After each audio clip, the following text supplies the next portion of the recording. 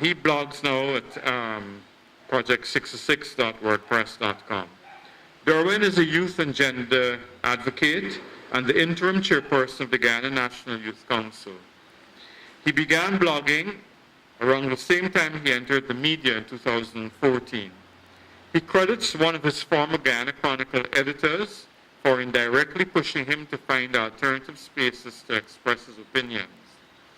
Derwayne was one of the 2015 winners of an international UNICEF 3-month online blogging internship with the agency's communications division in New York.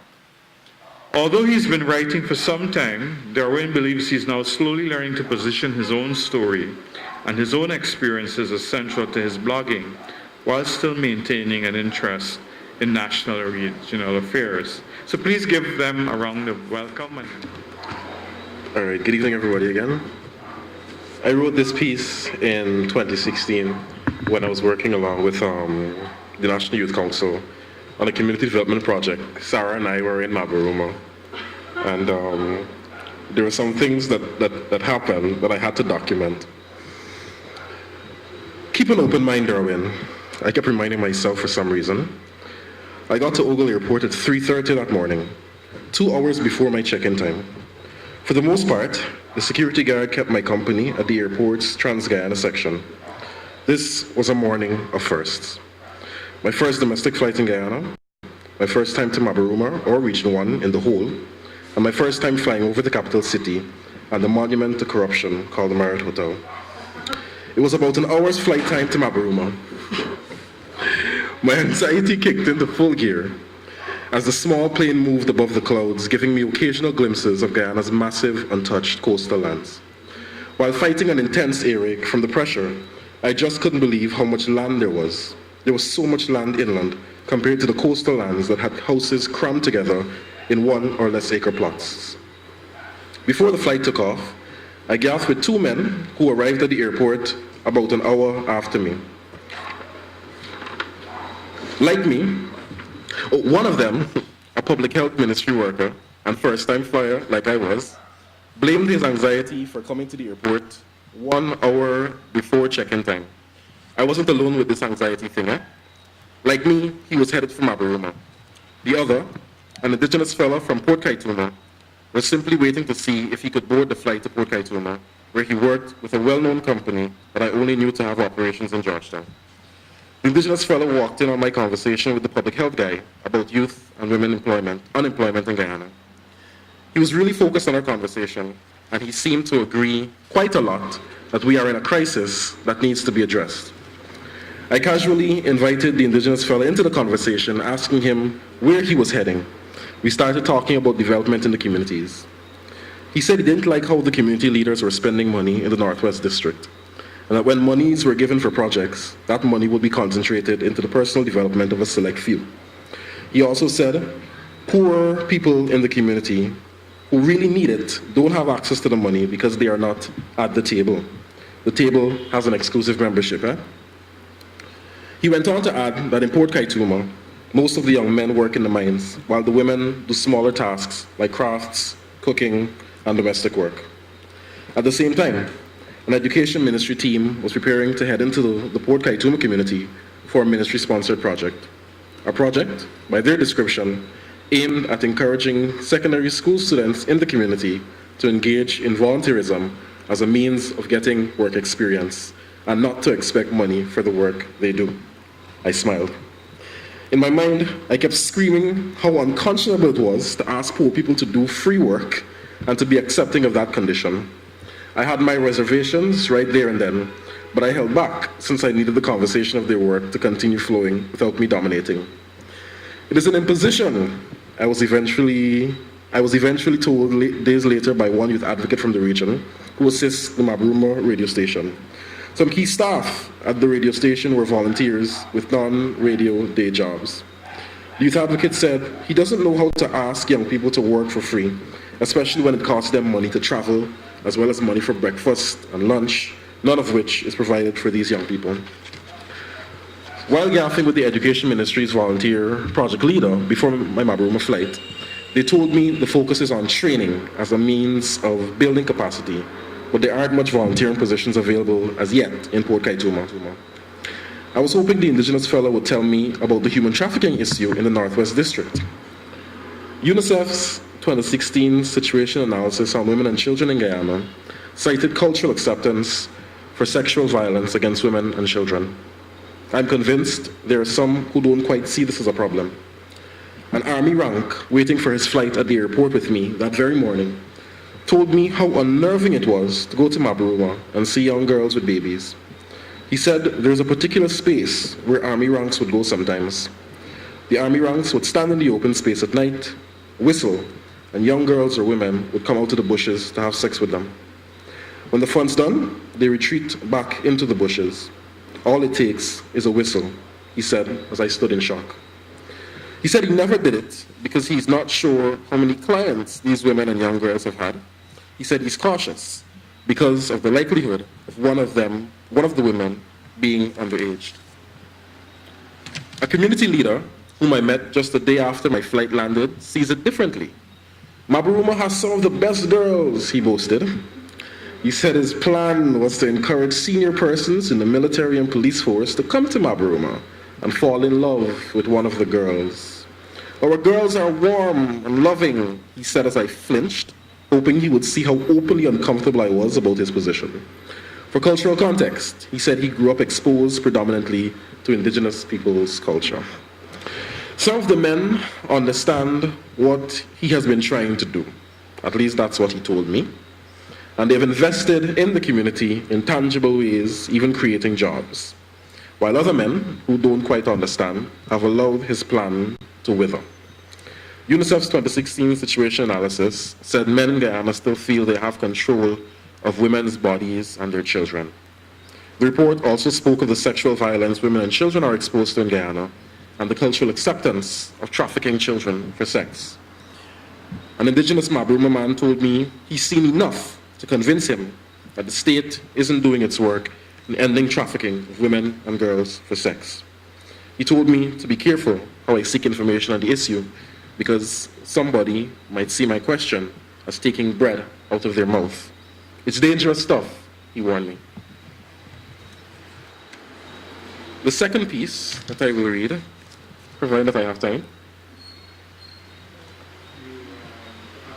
Okay, good. The second piece that I will read, oh God, I actually had slides, man. Oh, Jesus. It wasn't like slides, but, Stop the clock, right? Sorry. Oh, let me just get this, okay. This is like one slide. Oh, this is it.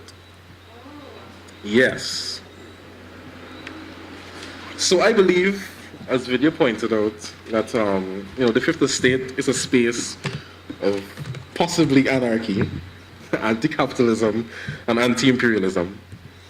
And this was a recent event that happened in Haiti when the government came up with this smart idea to remove some of the concessions that were afforded to the people, which made fuel much less expensive and which made their lives easier for transportation and for consumption of some goods. There is a stillness felt in Georgetown that is not felt in Haiti right now. It is a stillness quite unlike the unease I feel in my spiritual connection with Haiti. CARICOM leaders have returned home from their annual meeting in Jamaica, one of the region's closest neighbors to Port-au-Prince. I'd also hope that those leaders felt uneasy, sitting, eating, passing gas among Haiti's president, even as his country burns. CARICOM, through its chairman, Andrew Holness, managed to conjure up a scanty 7-line statement of concern from its back pocket on the situation in Haiti. The statement called, alarmingly in my opinion, for the assistance of the United Nations in monitoring the situation. I prefer not. After decades of the dark history of rape and sexual violence, lethal violence, exploitation, political manipulation, abandonment, and cover-ups surrounding the UN stabilization mission in Haiti, MINUSTA, the UN is the last thing the Haitian people need. Regional leaders have come out one by one to support the lifting of visa restrictions for Haitian nationals traveling to their countries. Some still have reservations. Haitians moving freely through the Caribbean have the power to transform the image of Haiti, to change the flawed narratives that many of us have and to contextualize and position the anger and frustration of the Haitian people so that we can join and stand with the resistance. At the same time, I expect that Caribbean people would work towards building regimes that support the inclusion of migrants, refugees, and asylum seekers moving within the region. How quickly do we in the English-speaking Caribbean forget the mercies we received during our time of need? Caribbean people owe a debt of gratitude to Haiti for showing us that we could be free even while our smaller rebellions were being quashed. Haiti opened its doors to many enslaved Africans who secured their freedom once they touched Haitian soil during the early 1800s. That was a key part of Haiti's constitution. I've seen correspondences from Haitian leaders during that time, refusing to hand over runaway enslaved Africans to the British. Those stories need to be told. As the Haitian government today continues to implement IMF-supported measures, which blindside, anger, and increase financial and economic burdens on their people, many of whom live on less than $2 a day, the masses respond how they know best. When you live in a country where the ruling political, economic, and foreign elite are merciless, where NGOs are plenty but somewhat ineffective, where your poverty is fetishized in the media and academic writing, where sex and sexual violence could be the currency for survival, where failed institutions reduce the people's power, where people are seen as surplus labor waiting to be exploited by foreign companies, and where the legacy and history of structural violence from the state against the people is long, the people will respond in kind with a resistance aimed to cripple the heart of the elite, the economy. The Western media is picking up on the reports. Their coverage focus, of course, on the pillaging of foreign branded businesses like the Marriott and Best Western hotels, as opposed to deconstructing and contextualizing the pain of the Haitian people, grappling with decades of foreign manipulation of their political and economic systems, hunger and abandonment from their government, which acts more as an agent of foreign investors than a guardian of the Haitian people. But this has always been the case with Haiti. Resistance has always been necessary for a country still punished for disrupting a racist global order. Resistance is the very foundation on which Haitian democracy is built and preserved. It is this shining beacon that led many enslaved Africans from the colonies across the Caribbean to seek refuge in this first Black republic, which snatched its independence from direct white supremacist rule decades before British powers rebuked slavery. I see the IMF continuing its work through the Caribbean, and I worry. Even now, as Barbados boasts its first woman prime minister, the country moves swiftly into a structural adjustment regime as a quick band-aid for its ailing economic regime. Institutions like the IMF remind us that our decolonization project is incomplete, and that the comfort we find in national flags and anthems do very little to draw us out of the rabbit hole of dependency we continue to fall deeper into. IMF policies are unpopular, but Caribbean governments continue to seek them out willingly. Despite Caribbean governments' duty to their people, the mandates and unnegotiable conditions for accessing international financing set by the powers of the global political economy threaten to break democracies and polities, even in face of proclaimed sovereignty and self-determination.